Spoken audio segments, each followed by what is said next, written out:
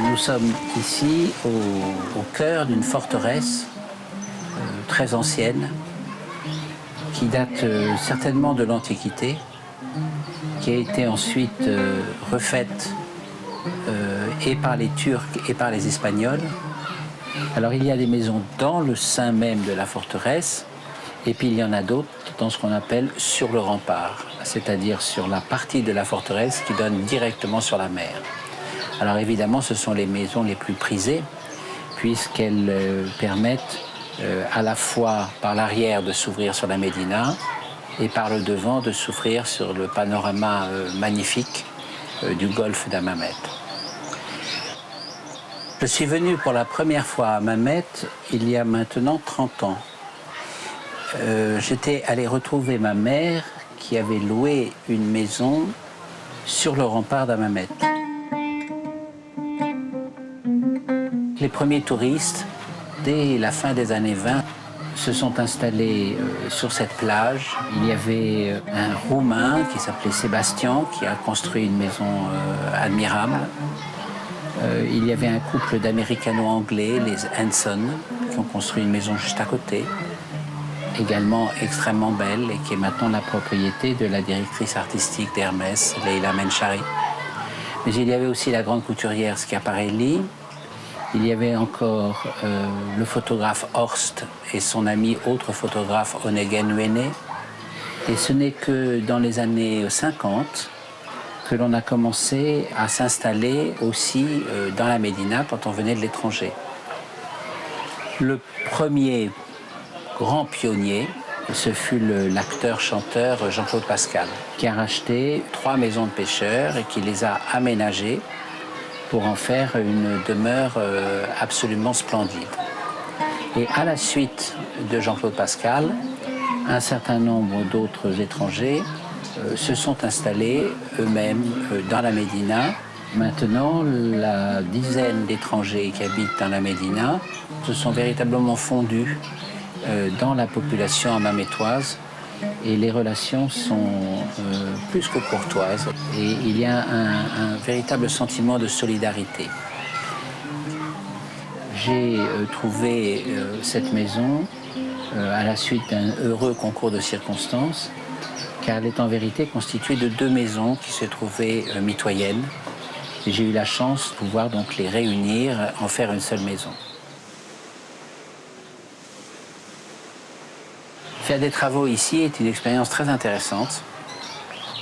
Les maçons ont un savoir magnifique et dessinent d'eux-mêmes des voûtes, des corridors, des terrasses remarquablement belles et harmonieuses. Moi, j'ai eu la chance d'avoir un de ces maçons qui a travaillé ici et je dois dire que nous avons tout fait sans plan.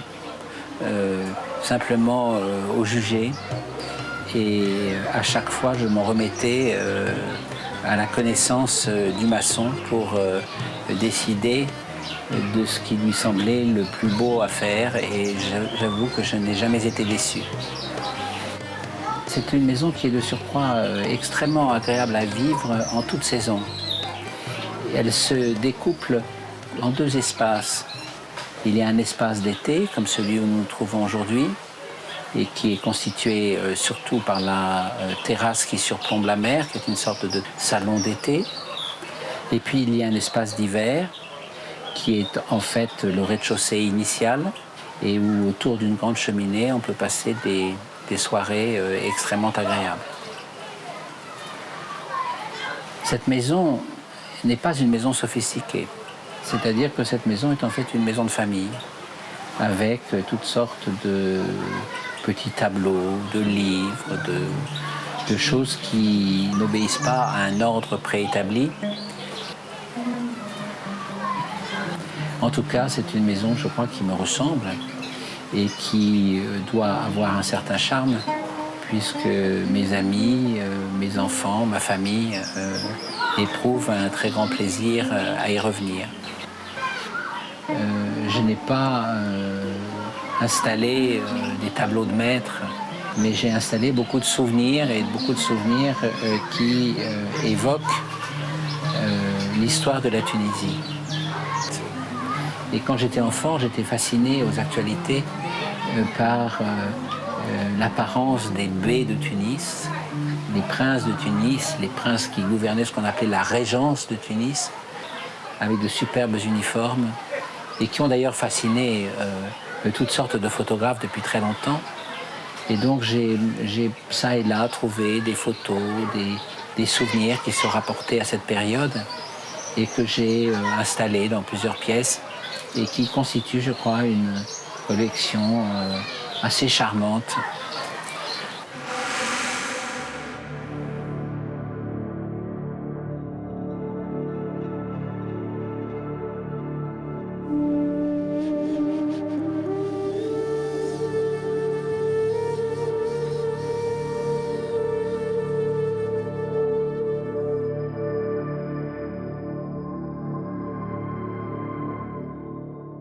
Et puis aussi une autre collection à laquelle j'attache beaucoup de prix.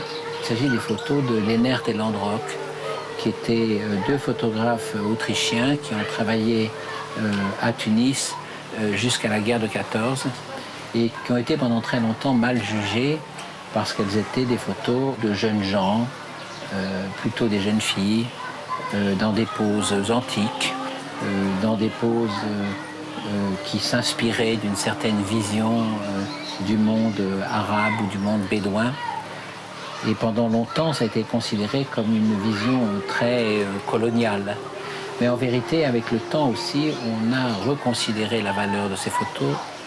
D'abord parce qu'elles sont extrêmement belles, qu'elles ont été faites avec un soin prodigieux. Et puis parce qu'on s'est aperçu que Leonard et Landrock photographiaient aussi une véritable réalité de la Tunisie, les gens qui travaillent dans la campagne, les gens qui travaillent dans les villes.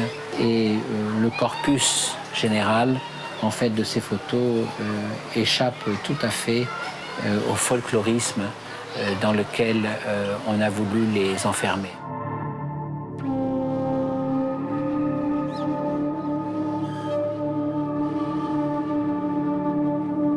Depuis Hammamet, j'ai beaucoup rayonné en voiture à travers la Tunisie. Les distances sont souvent plus longues qu'on ne pense, mais ça en vaut vraiment la peine parce qu'on arrive dans des lieux d'une poésie et d'une richesse historique extraordinaire.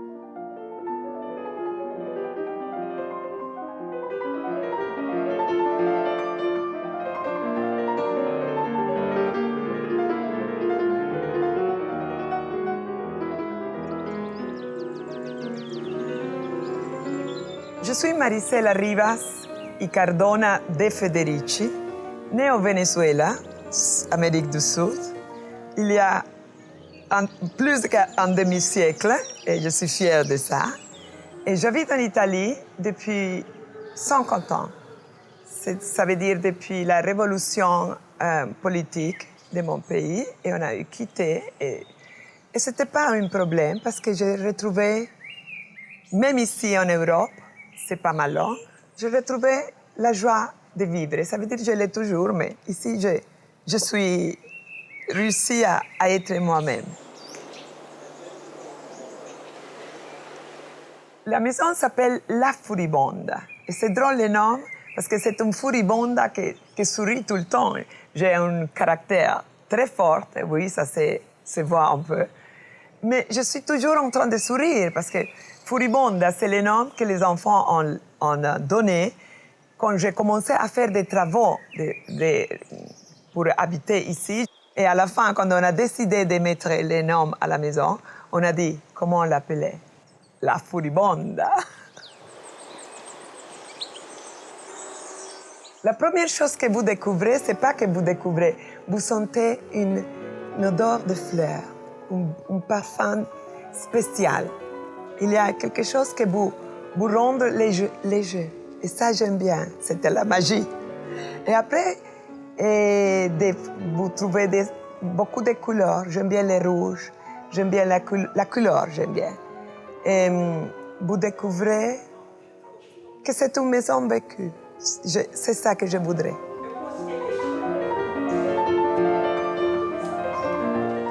Je mets un billard parce que c'est toujours un endroit où on tourne, on passe, on monte, on descend.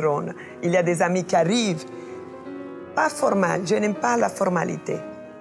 Même si c'est une maison qui semble un peu politiquement correcte, c'est pas comme ça. Dans l'entrée de mon appartement, vous avez des chapeaux. Parce que c'est terriblement difficile de les mettre comme à l'époque dans des boîtes. Vous avez besoin d'une autre maison pour les armoires, pour les chaussures, les chapeaux, pour des choses qui aujourd'hui sont presque inexistantes.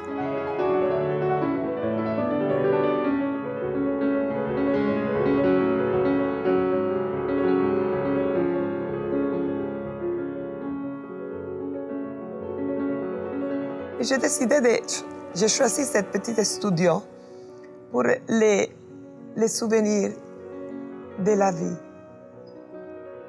Et j'ai une belle partie de ma vie dans cette photo.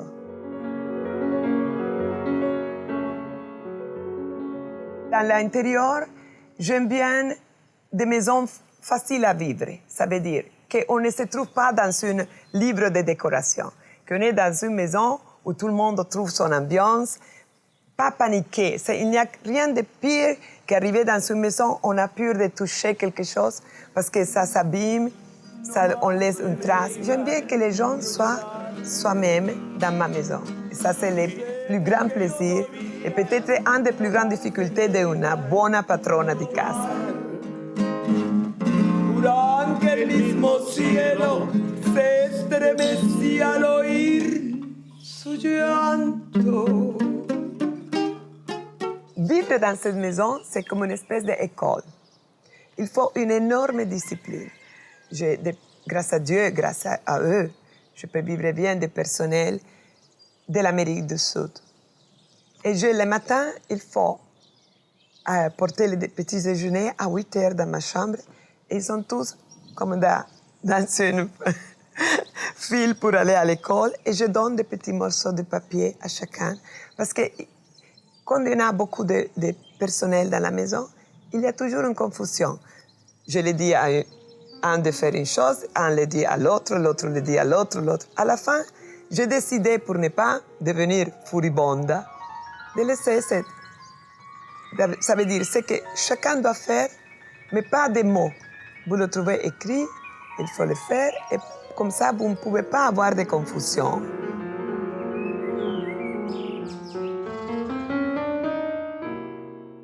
Je recréais dans cette maison surtout les jardins, parce qu'ils n'existaient pas. Et j'aime bien respecter la nature. Ça veut dire, c'est impossible de faire ici un jardin avec toutes fleurs de toutes les couleurs, parce que ce n'est pas Sanremo. Il faut respecter ce qui vient naturel dans la Via Appia Antica.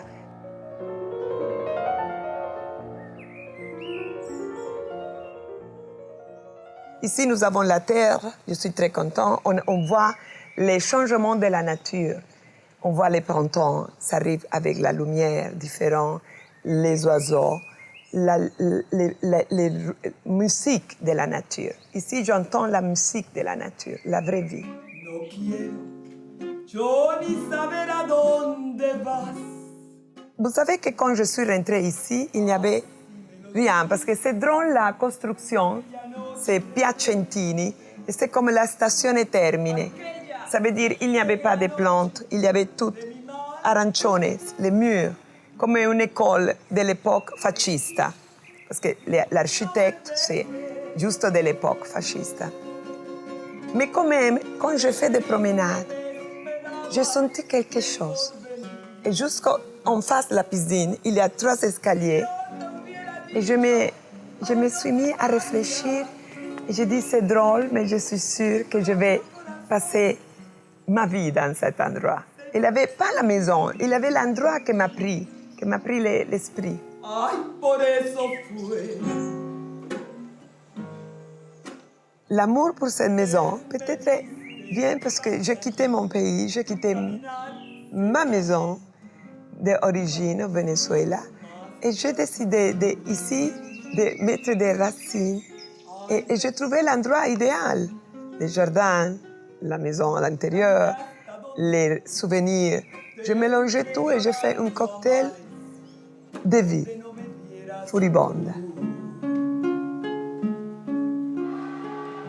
Si yo te hubiera dicho, ay, no me dejes.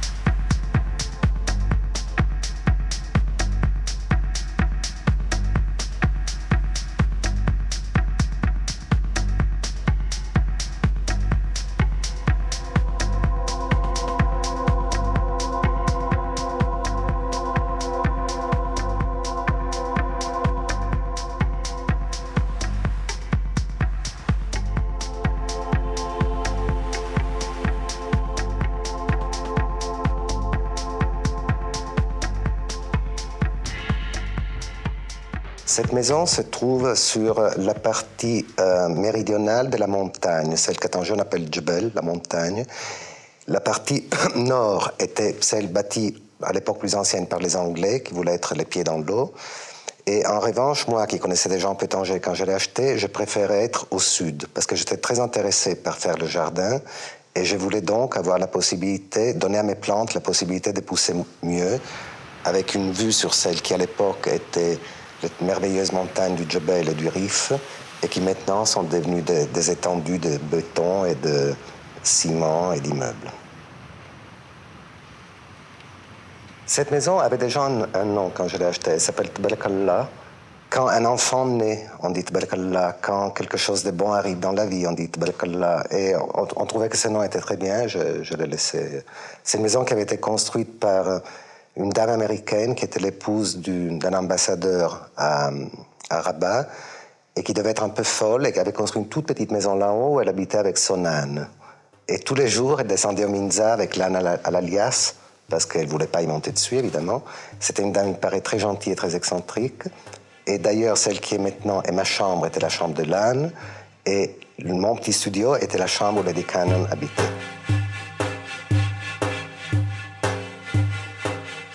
Je suis venu ici la première fois en m'échappant de Marrakech, où j'étais invité par des gens très mondains.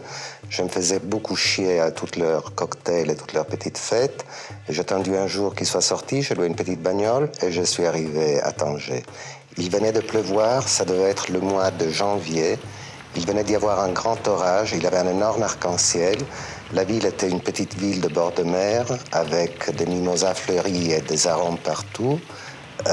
N'importe qui, quand tu adressais la parole à quelqu'un, il pouvait te répondre en espagnol aussi bien qu'en anglais, aussi bien qu'en français ou en darija. C'était le paradis. Et je suis tombé amoureux fou de Tanger immédiatement et j'ai commencé à y louer une maison quelques mois après. J'ai loué des maisons pendant 3 ou 4 ans et puis cette maison, je l'ai achetée, je suis venu habiter ici. Et Tanger était, avant qu'elle soit aussi bien aménagée qu'elle l'est maintenant, c'est-à-dire détruite par les constructions et les bâtiments, était le paradis sur terre. Il y a 3 pavillons. Il y a un pavillon donc, qui a été construit par Lady Cannon en 1900 et quelques. Après, la maison a été habitée par un couple français, un écrivain français qui s'appelait Sanche de Gramont, mais qui était très francophobe, et donc avait changé son nom en Ted Morgan, en faisant un anagramme du nom de Gramont. Et comme ils avaient 2 mômes, Sanche et sa femme, ils avaient construit la maison du milieu pour les enfants. Et puis moi, il y a quelques années, aidé par un ami architecte qui s'appelle Roberto Pellegalli, qui est un excellent architecte italien, on a construit cette baraque ici pour... Les terrains étaient venus en vente, on était sûr qu'ils auraient construit un grand immeuble comme il se passe partout, et donc on a préféré construire un autre petit pavillon. Donc il y a 3 pavillons, mais on habite tous les 3 ensemble, c'est-à-dire ici on prend un verre, on dîne, au milieu on prend le café, más o menos.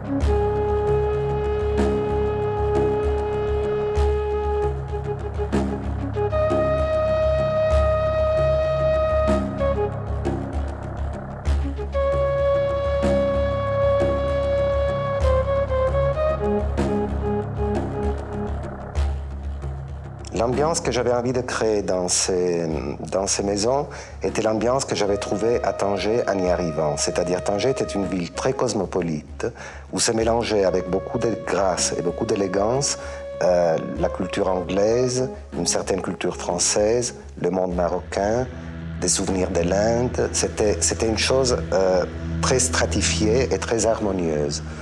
Et ce qu'on a essayé de faire, même dans le jardin, en mélangeant les arbres fruitiers avec les roses anglaises, c'était de recréer cette atmosphère qu'à l'époque à Tanger était partout et qui maintenant, malheureusement, a complètement disparu. J'ai une petite maison à la campagne sous laquelle il y a une de peu de plages complètement intactes qui reste au nord, avec ces dunes de sable, parce que le sable n'a pas été volé là-bas pour faire du ciment. Et là-bas, souvent, il y a des baleines qui viennent mourir. Mais en fait, ces os de baleines que vous voyez là, je les ai achetés près de l'Arrache. Il y a des huttes près de la rue où des garçons vendent des poteries.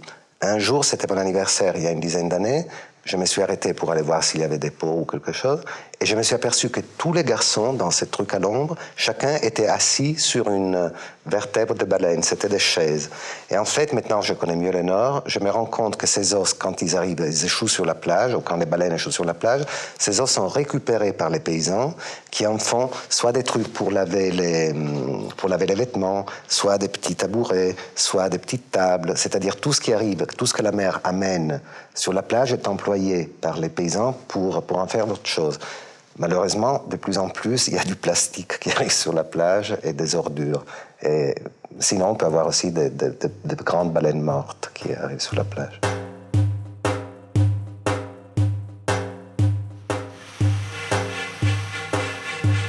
Je suis un collectionneur, c'est-à-dire que je collectionne tout. Je collectionne les choses parce que j'aime leur forme, parce que j'aime leur couleur, parce que j'aime leur texture. Je collectionne les choses anciennes, mais je collectionne beaucoup aussi. Je ramasse beaucoup les coquillages à la plage, les racines dans les bois. C'est pas l'objet en lui-même qui m'intéresse, mais c'est ce que l'objet m'évoque. Alors, sans arrêt, je ramasse ou j'achète ou je mets partout des petits trucs parce qu'ils m'évoquent des mondes et je peux, en les regardant, passer des heures à regarder le film du monde duquel ils nous sont arrivés. Ça me distrait beaucoup.